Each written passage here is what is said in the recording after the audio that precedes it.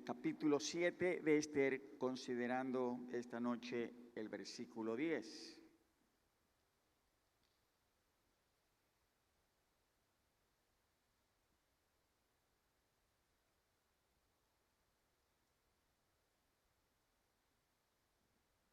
Y el estudio bíblico de esta noche tiene el subtema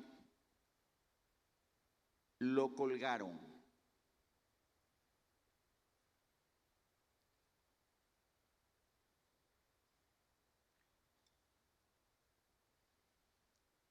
Al terminar este capítulo 7 de Esther,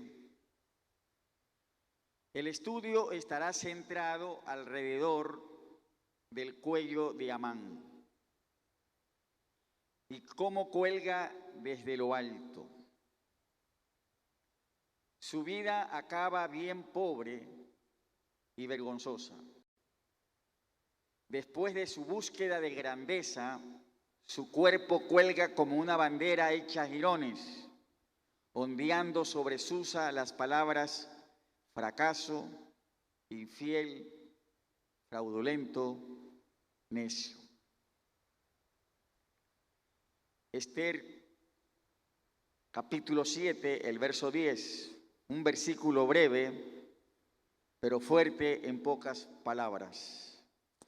Vamos a leer todos juntos este verso 10 de Esther 7, que cierra este capítulo. Leámoslo juntos. Esther 7, el verso 10. Juntos todos. Así colgaron a Amán en la horca que él había hecho preparar para Mardoqueo, y se apaciguó la ira del rey. Una vez más. Así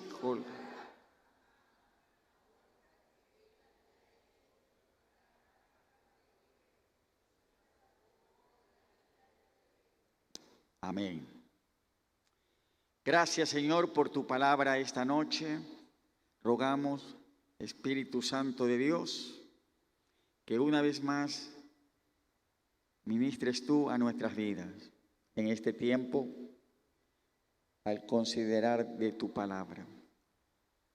Gracias te damos, creyéndolo, en el nombre de Jesús. La iglesia del Señor dice, amén. Según este versículo 10, con el que termina el capítulo 7, ¿cuál era el estado de ánimo del rey después de la ejecución de Amán? El estado de ánimo del rey, una vez que Amán fue ejecutado. ¿Qué puso usted? Se apaciguó su ira. Termina diciendo el verso 10, y se apaciguó la ira del rey. Jerjes, diga Jerjes, se sintió mejor con la muerte de Amán. Su ira se apacigua, pero los judíos, diga los judíos, permanecían sentenciados a muerte por un decreto irrevocable. O sea, Esther, la reina, como dicen sus notas, todavía tenía que bailar con la música que Amán había compuesto. Porque allí estaba el decreto que Amán había logrado sacar antes de morirse, un decreto que según la ley persa nadie podía revocar. Esther todavía tenía que bailar con la música que Amán había compuesto. Un proverbio antiguo yugoslavo dice, diga la verdad y eche a correr. ¿Qué le parece ese proverbio yugoslavo? Antiguo. este proverbio yugoslavo. Diga la verdad y eche a correr. Y yo me acordaba de un chiste que me contó un misionero, ¿verdad? Diga la verdad y eche a correr.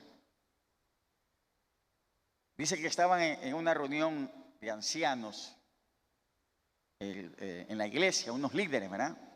Estaban en una reunión y entonces quisieron sincerarse en esa reunión los unos con los otros, ¿verdad? Dice, hermanos, uno tomó la palabra, dijo, aquí estamos para apoyarnos, ¿verdad? Los unos a los otros, orar. Y entonces dice, queremos pues que cada uno comparta, eran tres, ¿no? Dice que cada uno comparta, dice, algún área de su vida con la que esté luchando, que es una debilidad, para poder orar con eso que es una lucha suya. Y entonces los tres pues se sinceraron, ¿verdad? El primero dijo, la verdad dice es que yo en mi casa, a escondida de todos, siempre tengo una botella, dice, no sé si de vino o de whisky, ¿verdad? Y dice, yo sé que está mal, dice, pero no he podido dejar, dice, de beber. Y tengo escondido, mi esposa no lo sabe, ¿verdad? Bueno, dice, ayúdenme a orar porque el Señor me ayude con esta debilidad de la bebida. Entonces el segundo, ¿verdad? Dijo, yo he tenido, dice, siempre he venido luchando, ¿verdad? Con el problema de la infidelidad. Imagínese, ¿verdad? Dice, yo no quiero hacer infeliz a mi esposa, pero dice, lucho con este problema de la infidelidad. He tenido algunas tentaciones, a veces casi he cedido. Ayúdenme en oración. El uno la bebida, el otro mujeres. Entonces le tocó el turno al tercero, ¿verdad? Que él dijera cuál era su problema, su debilidad. Y entonces los otros dos que ya habían dicho la debilidad, querían escuchar al tercero. El tercero, cuando iba a decir su debilidad, se puso de pie. Estaban sentados, pero él se puso de pie. Y se fue a la puerta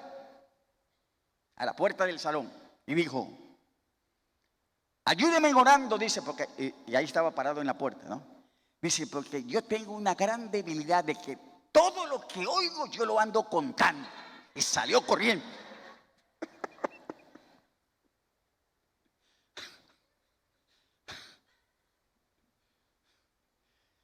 Y los otros dos no sabían cómo agarrarlo, ¿verdad? Proverbio antiguo yugoslavo. Diga la verdad y echa a correr. Lamentablemente, Esther no podía decir la verdad y correr. A menudo tampoco nosotros podemos hacerlo.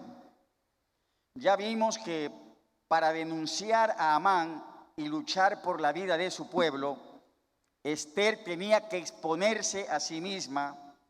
A diferencia del proverbio, Esther tenía que decir la verdad y quedarse. Y de hecho se quedó. Amán, el enemigo, está muerto.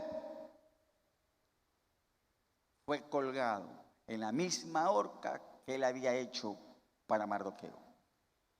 Está muerto Amán, pero miles de persas están listos para cumplir con el terrible decreto. ¿Qué podía hacer Esther ahora? El enemigo auténtico de los judíos, entre paréntesis, Satanás. El enemigo auténtico de los judíos, Satanás. Había recibido un golpe con la muerte de Amán. pero el plan de exterminación continuaba en marcha. ¿Qué podía hacer Esther ahora? Dejamos esto en suspenso hasta volverlo a enfocar en el capítulo 8, que iniciaremos el próximo miércoles. Hoy, diga hoy veremos los últimos rasgos del carácter de Amán, un hombre envenenado por su búsqueda de la grandeza. Su vida terminó trágicamente, colgado de una horca, empalado. Su vida terminó en tragedia, pero luego vienen unas preguntas, ¿no? Dice, pero ¿había empezado inofensivamente? Preguntas en relación con Amán. Como muchacho, imagínese usted, Amán siendo un muchacho, un niño. Como muchacho, ¿podría él haber sido lo que llamamos un líder nato? Sin embargo, cuando la vida de Amán se torció tanto, no debiéramos preguntar, ¿dónde empezaron las cosas a ir mal? Porque Amán debió haber sido un niño, como todo niño, después un adolescente, un muchacho. Cuando la vida de Amán se torció tanto, no debiéramos preguntar, ¿dónde empezaron las cosas a ir mal? Ahora, las generaciones, diga las generaciones, cuyas tendencias fueron acumulándose en su vida, no fueron del todo inocentes, al menos en un sentido. Los niños, diga los niños no nacen con prejuicios, se les enseña a tenerlos. Los niños no nacen con prejuicios, se les enseña a tenerlos. Pregunta, ¿estimuló el mismo grupo de personas en Amán el narcisismo? Incluso si lo hicieron, ¿tuvieron buenas intenciones? ¿Pensaron ellos que él era especial y le hablaron una y otra vez que estaba destinado él para la grandeza? A continuación, la razón de estas preguntas. En un artículo titulado, ¿cómo pronuncia eso en inglés? Eso mismo, ¿verdad? La interpretación de ese título viene siendo así como, soy llamado un genio, me llaman un genio. En un artículo titulado, me llaman genio, la autora de este artículo, Laura Fraser, cuenta su notable peregrinación desde ser una niña extraordinaria a una adultez común, con expectativas insatisfechas. Entonces, en este artículo, esta autora, Laura Fraser, comparte su peregrinación desde ser una niña extraordinaria a una adultez común con expectativas insatisfechas, ¿verdad? ¿Ha visto usted niños extraordinarios? De repente usted de vez en cuando ve un chico, un muchacho, ¿verdad? Como algo especial, ¿verdad? A los 5 años, Laura Fraser ya conocía bien la palabra precoz y con frecuencia le dijeron cuál especial era ella. En los siguientes años, ella no desilusionó. Era brillante y sobrepasaba a todos sus compañeros. Los adultos decían que ella estaba destinada a la grandeza. ¿Qué le decían los adultos a Laura Fraser? tú eres especial, tú estás destinada para ser grande. Entonces llegó a la universidad y entró en un mundo académico de compañeros a los que se les había dicho a todos lo mismo. Entonces, sus demás compañeros, todos también les habían dicho pues que estaban destinados para la grandeza. Bien, a los 40 y pico de años, esta mujer, Fraser, había logrado muchas cosas, pero la expectativa de grandeza y el sentido de que ella nunca lo alcanzaría, a pesar de un éxito de librería que ella escribió, la expectativa de grandeza y el sentido de que ella nunca lo alcanzaría, la persiguieron con sentimientos de fracaso. Todos los pronósticos bien intencionados no habían hecho otra cosa que echar una carga de perfeccionismo sobre ella. Y como dijo tan acertadamente uno de sus consejeros, los perfeccionistas siempre pierden.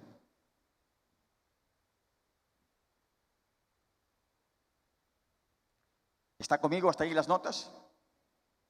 ¿Por qué los perfeccionistas siempre pierden? Nadie es perfecto.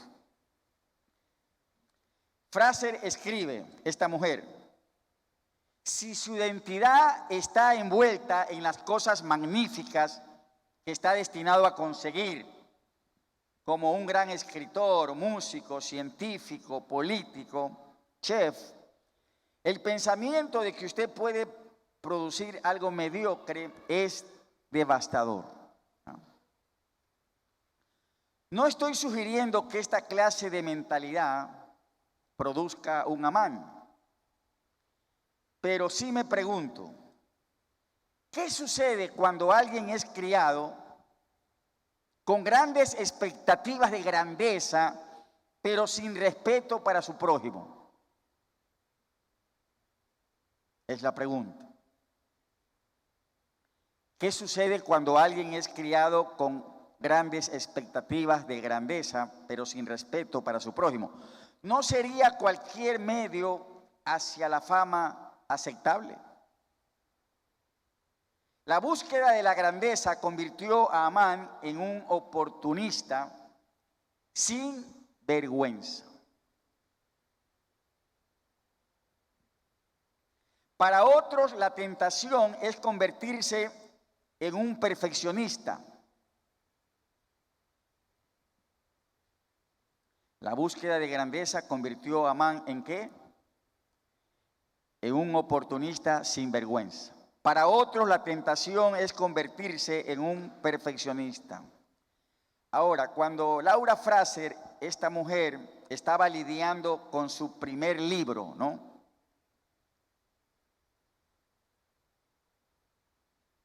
Un libro, ella estaba luchando con su primer libro, que por cierto fue un éxito de librería, ¿no?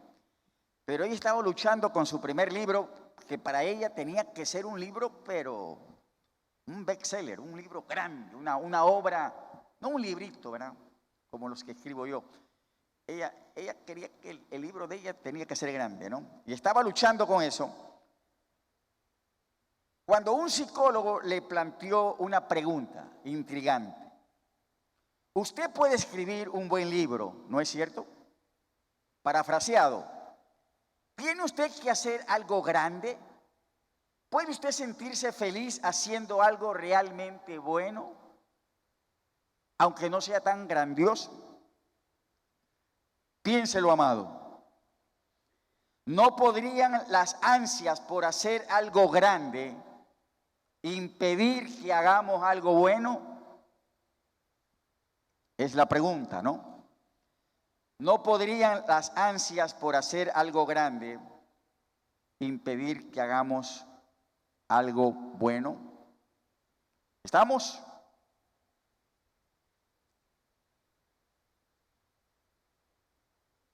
¿Qué es lo que queremos decir hasta aquí? de que Laura Fraser y otros, incluyendo a Amán, ¿verdad? En el caso de Amán, puede ser que otros influenciaron en su vida, ¿verdad? A lo mejor a Amán le dijeron: tú eres un niño especial, se te ve en ti un perfil de líder. Tú estás destinado para la grandeza. O sea, otros sembraron en él eso, ¿no? Como a Laura Fraser, ¿verdad? Que siendo una niña extraordinaria, los adultos le decían: tú vas a ser una grande persona.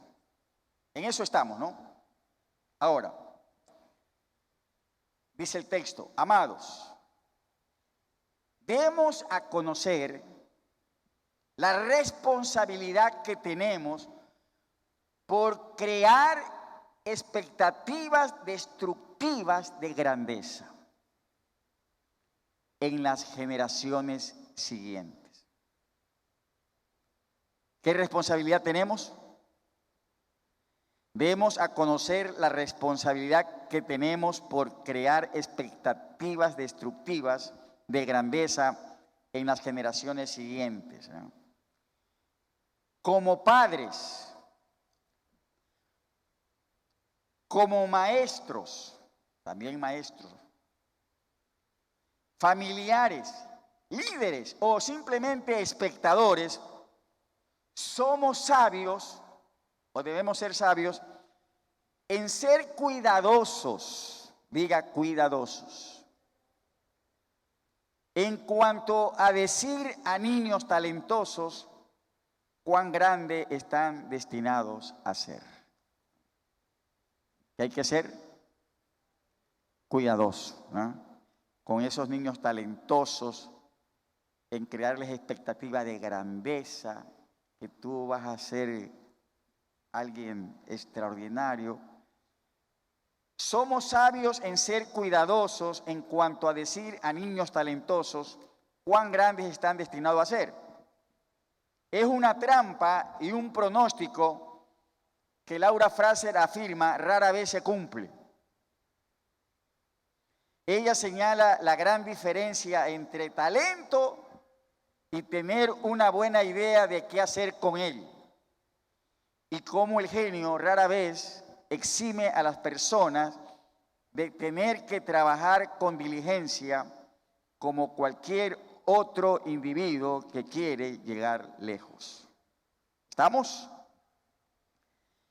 Entonces, como que hay que ser cuidadosos, ¿no? En sembrar en otros como un destino de grandeza, que tú estás destinado para cosas grandes. Laura Fraser dice: es una trampa y un pronóstico que rara vez se cumple. Ahora, no me malinterprete, dice, ¿no?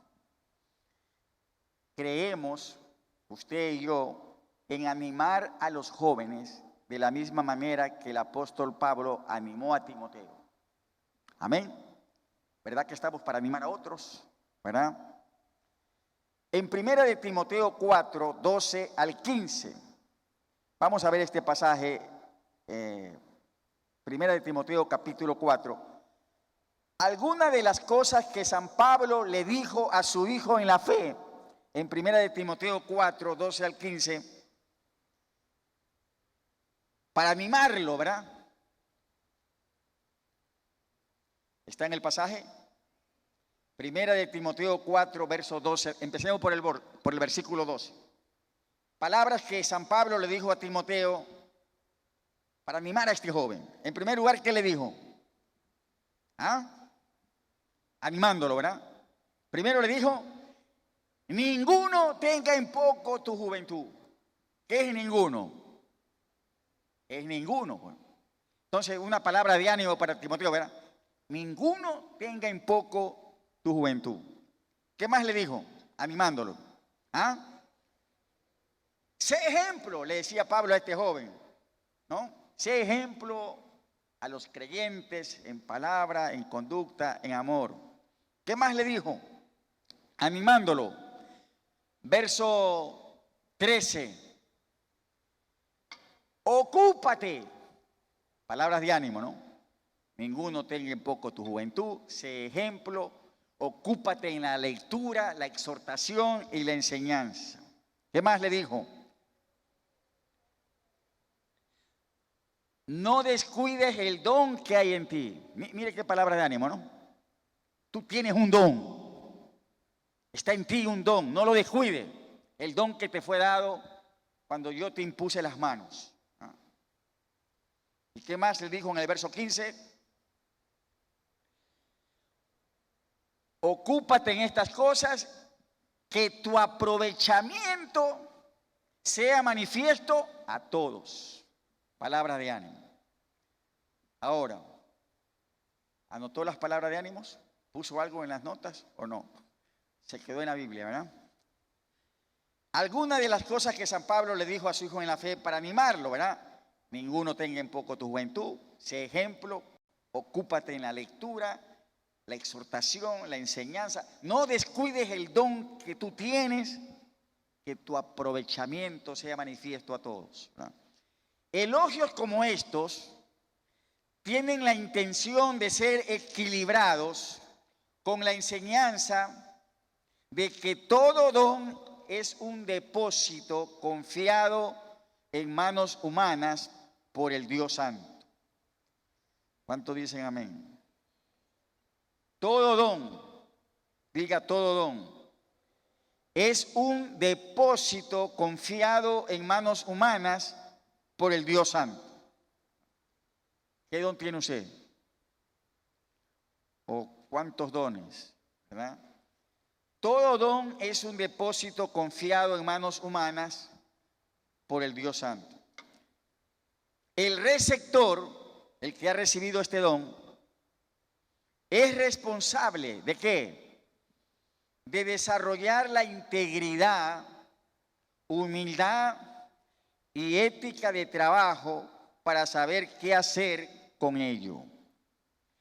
De manera que Dios deposita un don en nosotros, los receptores, digan nosotros los receptores, somos responsables por desarrollar la integridad, humildad y ética de trabajo para saber qué hacer con ello. Segunda de Timoteo 1:6, según este verso de Segunda de Timoteo 1:6, dice Pablo a Timoteo: te aconsejo que avives el fuego del don de Dios que está en ti por la imposición de mis manos. Esto se refiere a que el don sin agallas es un derroche lamentable. ¿Estamos?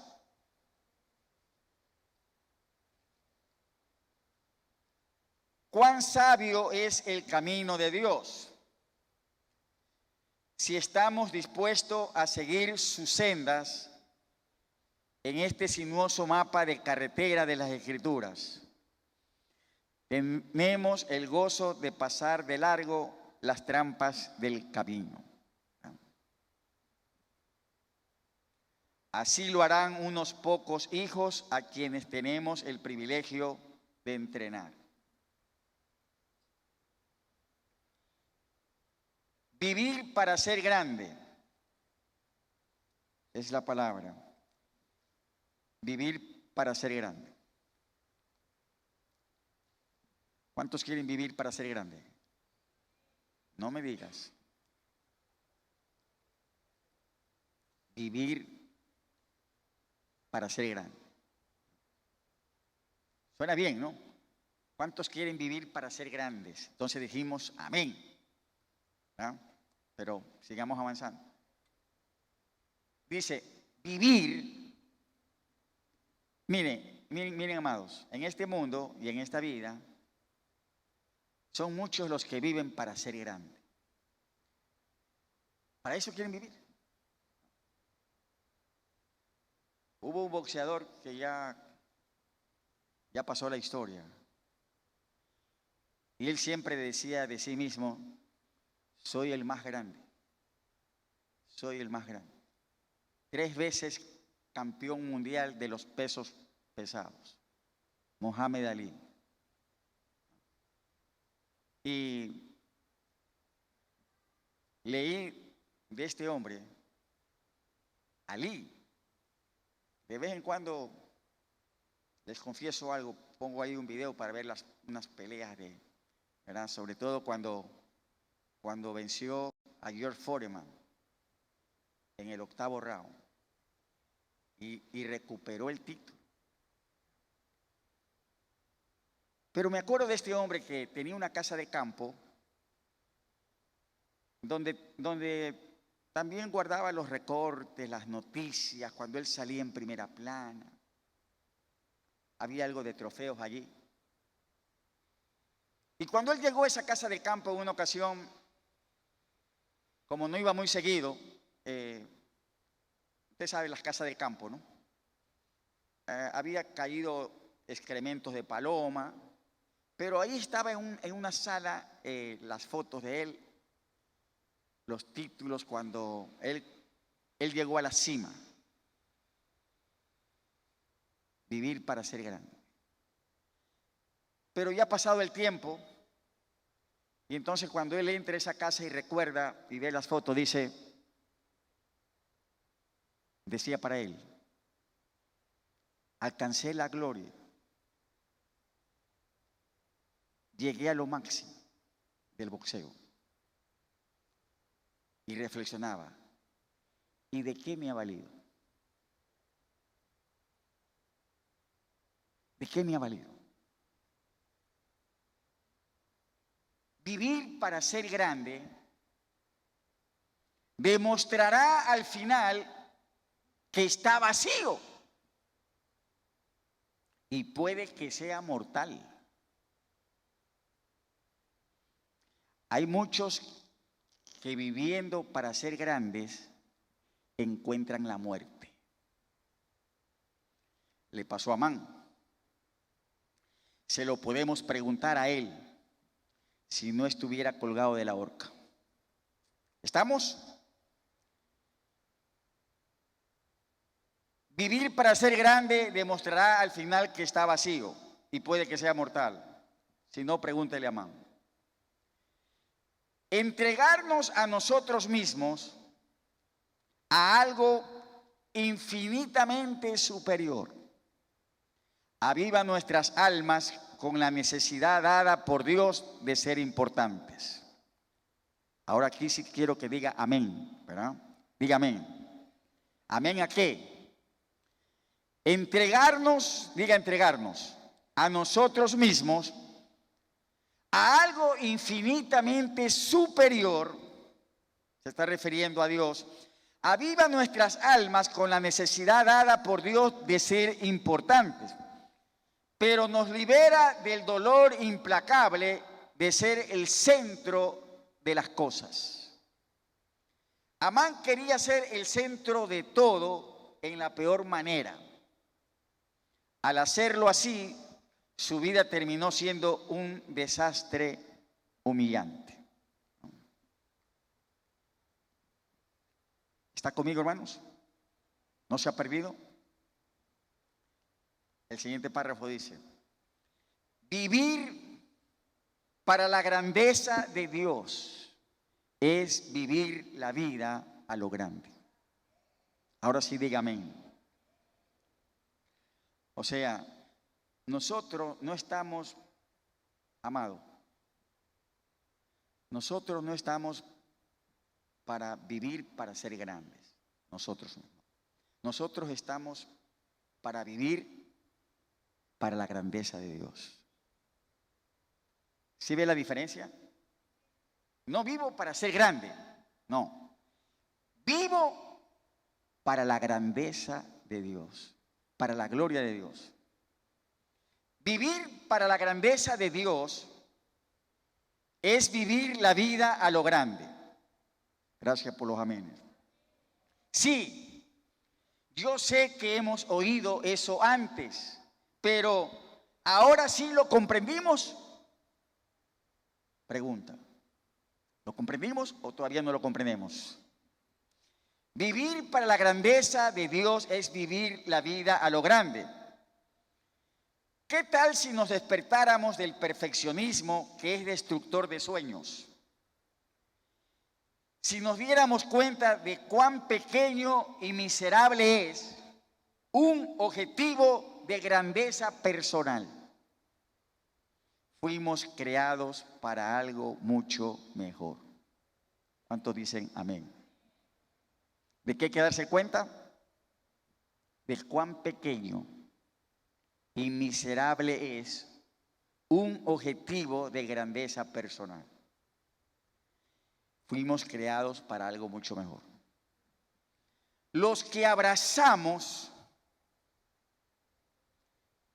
diga los que abrazamos. Los que abrazamos la gloria de Dios como nuestro propósito. ¿Cuál es nuestro propósito? Los que abrazamos la gloria de Dios como nuestro propósito, terminaremos haciendo grandes cosas, precisamente porque hacemos las cosas de Dios. ¿Qué tenemos que abrazar? La gloria de Dios como nuestro propósito. Amén.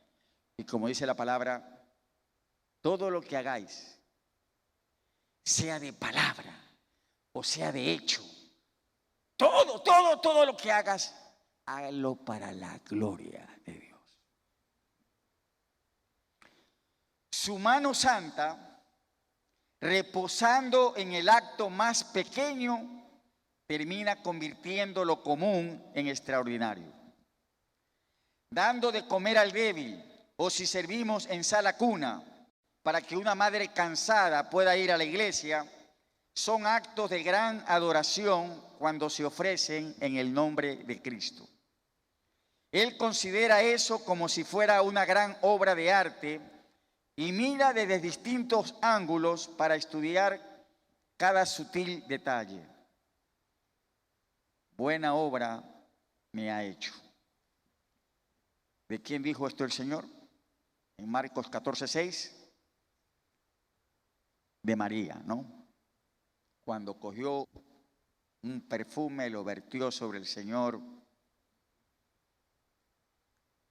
Cristo, que nos llamó a una vida abundante y eficaz, anunció los siguientes secretos para una vida grande, sin ningún indicio de contradicción.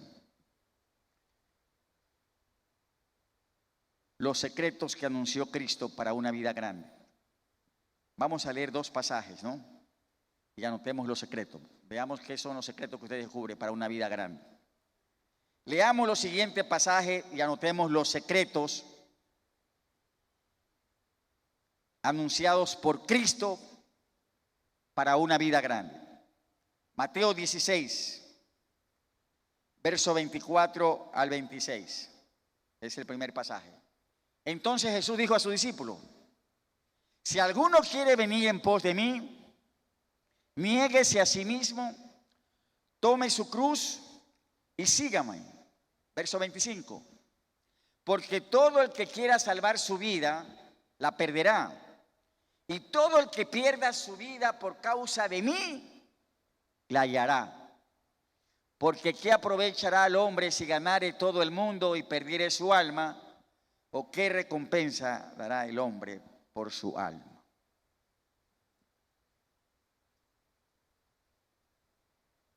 ¿Qué secreto hay aquí en este pasaje, dicho por Cristo, para una vida grande?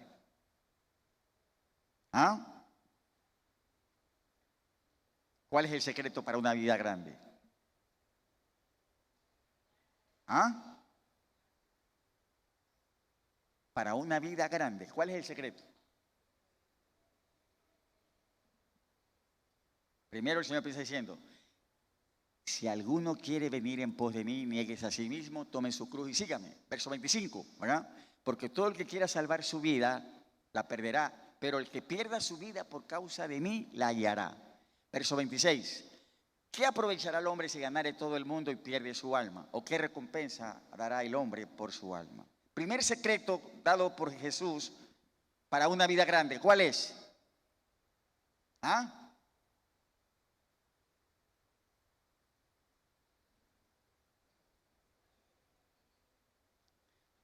Ir, diga ir. Ir en pos de Cristo. Y claro, alrededor de esa idea vienen algunas cosas, ¿verdad? Usted no puede ir en pos de Cristo si no se niega a sí mismo, si no toma su cruz. Si usted va a ir en pos de Cristo, tiene que negarse a sí mismo. No es que está yendo en pos de Cristo. No, pero es que yo quiero esto. No, pero Cristo quiere esto. Y el problema es que muchos no se niegan y ya no están ni en la iglesia.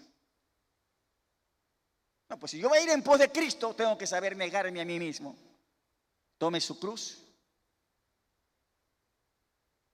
y sígame.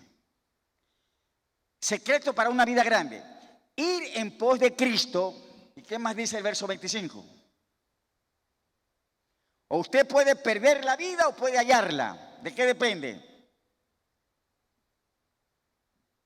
¿Cuál es el secreto de este pasaje para una vida grande? Ir en pos de Cristo y dar la vida por su causa. Amén. Dar la vida por su causa. ¿Estamos? Gracias por los amenes. El primer secreto, ¿no? Para una vida grande, hay que ir en pos de Cristo y dar la vida por su causa. Todo el que pierda su vida por causa de mí, ¿qué dijo? La hallará. A veces pareciera como que voy a perder. No, hermanos, nadie pierde con Cristo. Él nos da 100 veces más de lo que hayamos dejado por causa de Él. ¿Estamos? Ese es el primer secreto. Ir en pos de Cristo y, ¿lo anotó? ¿Qué puso? Dar nuestra vida por su causa. ¿Estamos? ¿Pregunta?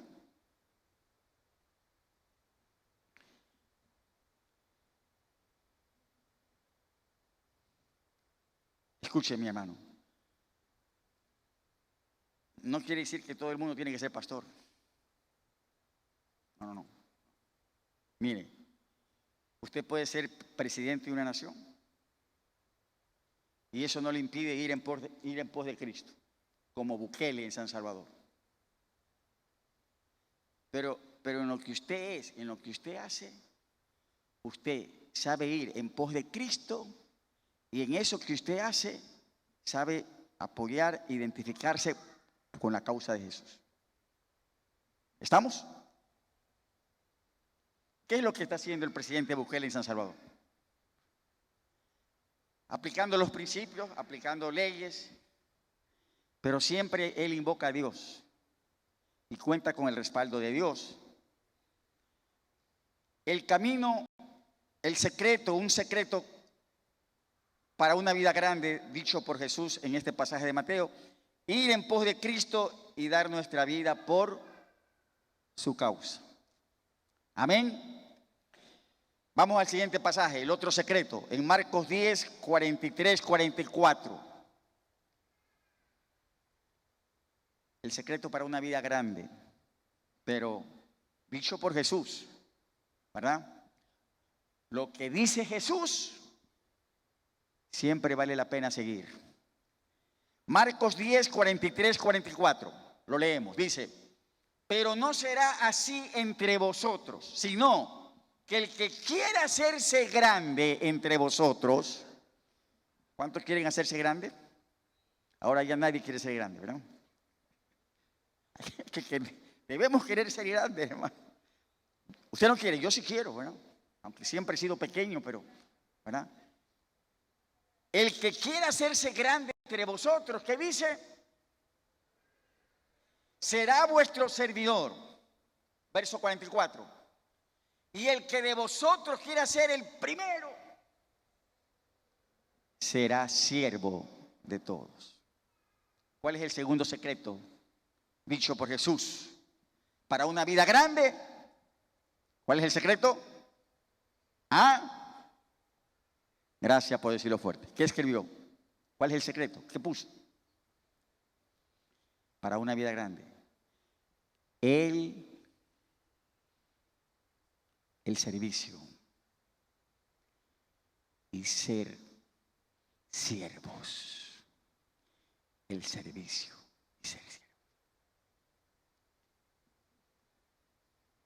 ¿Ha oído usted de la madre María Teresa de Calcuta? ¿Quién no ha escuchado de María Teresa de Calcuta? Todos hemos escuchado. Todos hemos escuchado. Una gran mujer. La madre María Teresa de Calcuta. Una vida grande, de trascendencia. ¿Qué caracterizó su vida? ¿Ah? Una vida de servicio a los demás.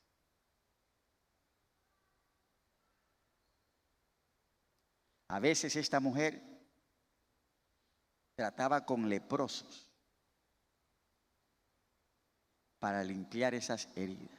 Unas heridas con un olor, pero es que la carne ya está podrida. Pues. La lepra corrompe la carne. Y un momento que la lepra pudre la carne.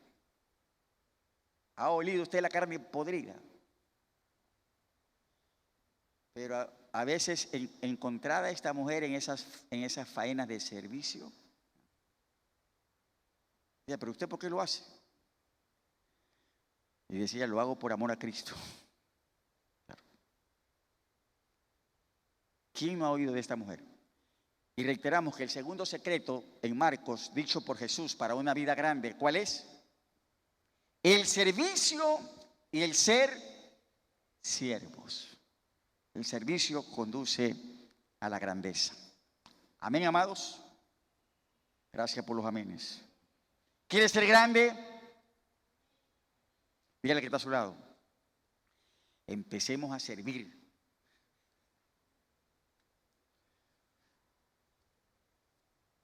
El servicio conduce a la grandeza. Yo me acuerdo cuando, ni sé por qué le digo esto, pero se lo digo, ¿no? Yo me acuerdo cuando tenía unos 15, unos 16, unos 17 años, ¿verdad? Y en una iglesia pequeña, allá por el Cristo del Consuelo, ¿no? Yo llegaba a limpiar la silla, a limpiar las bancas. Y sí que había polvo. Y yo empecé en la iglesia limpiando las banquitas. Claro, como era una iglesia pequeña, no podían pagar a alguien para que, entonces alguien tenía que hacerlo. Entonces yo ahí con un trapito, bien limpia las bancas para cuando los hermanos llegaran a la reunión, no encontraran las bancas con polvo, ¿verdad? Pero uno empieza así sirviendo. ¿Y para qué le cuento? Usted no sabe hasta dónde Dios me ha llevado.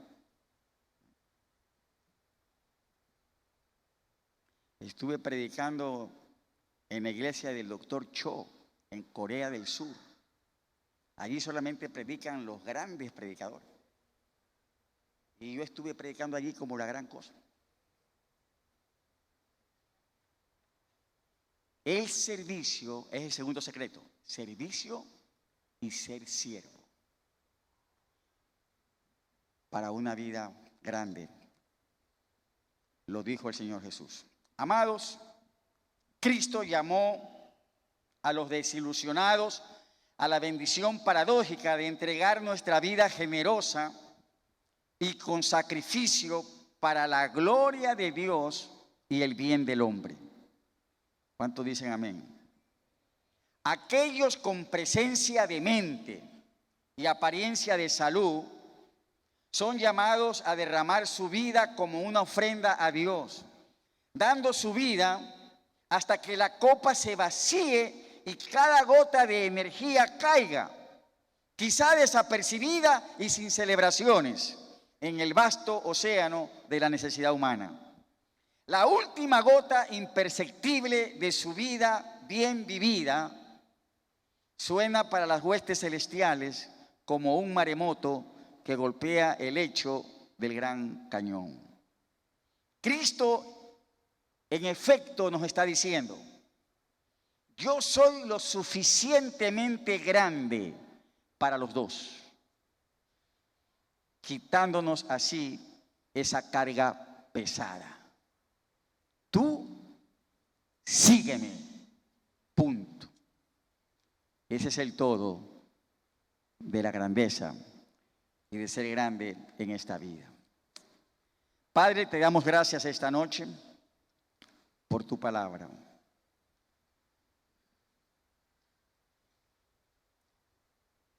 Gracias, Dios. Tú nos enseñas el camino. Dos grandes verdades para trascender.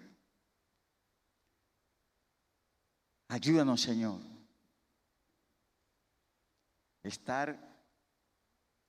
dígale a Dios en esta noche: Señor, ayúdame, que podemos estar entre los que abrazamos la gloria de Dios como nuestro propósito. Que abracemos, Señor, tu gloria como el propósito en nuestras vidas. Gracias, Señor, te damos. En el nombre de Jesús. También, Señor, te damos gracias en esta noche por este tiempo de bendición, cuando damos a ti una ofrenda o un diezmo que lo hemos apartado. Siempre agradecemos creyendo tu promesa de bendición al diezmar, al ofrendar, conforme lo has dicho en tu palabra. Una vez más lo hacemos en esta noche, creyendo con gratitud. Lo hacemos en el nombre de Jesús. Amén y amén.